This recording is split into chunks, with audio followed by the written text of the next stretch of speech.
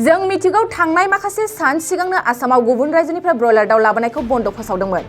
नंगौ, आसामाव गुबुन रायजोनिफ्राय लाबोनाय ब्रयलार दाउखौ बन्द खालामनायनि खौरांखौ माखासे सान सिगाङावनो सरकारा फोसावदोंमोन। नाथाय नोंथाङा साननानै नायदों नामा? गुबुन रायजोनिफ्राय ब्रयलार दाउ लाबोनायखौ बन्द खालामनायनि उनावबो आसामनि हाथाइसालिफ्राव दायो ब्रयलार बेदरनि आंखाल गैया मानो? बेनि आन्दोआव मा दं नोंथाङा मिथियोब्ला थारैनो गोमोहाबगोन। रायजोआव बन्द फोसावनायनि उनावनो सानफ्रोमबो हरनि 2 रिंगानि उनाव सोनाब बंगनिफ्राय हरफायाव खमैबो 100निफ्राय 150सो ब्रयलार गारिया आसाम रायजोआव माहारियारि राजा लामाजों हाबबोयो। नोंथाङा सानदों जानो हागौ पुलिस थाना आउटपस्ट एबा खुंथाया राजा लामानि साखाथियाव थासेयावबो बियो माबोरै जाथावना?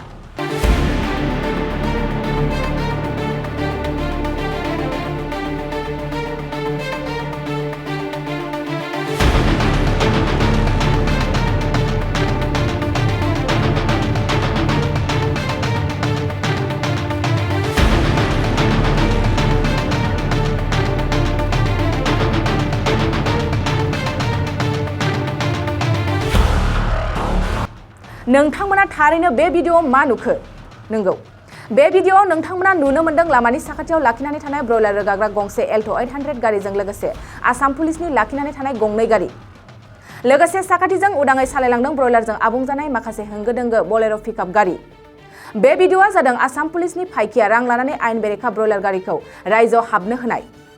क'क्राझार जिल्लानि सेरफांगुरिनिफ्राय पाटगावसिम 3 नं माहारियारि राजा लामानि गेजेराव बे भिडिअखौ सेबखांनो मोन्नाय होननानै मिथिनो मोन्दों।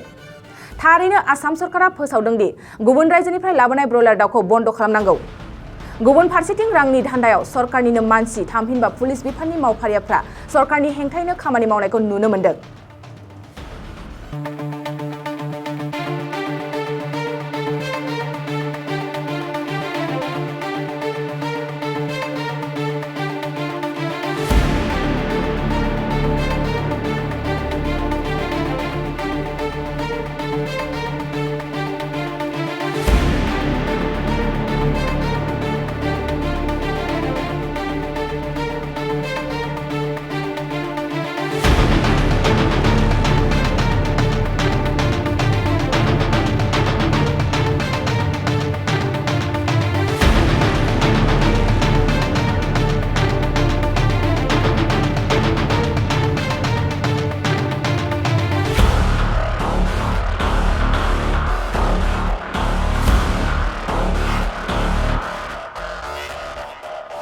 क'क्राझार सहरनि साखाथि तितागुरियाव थानाय मानास पाब्लिक स्कुला 2023-24 सोलोंथाइ बोसोरनि गोदान मुं थिसननाया सोलिगासिनो।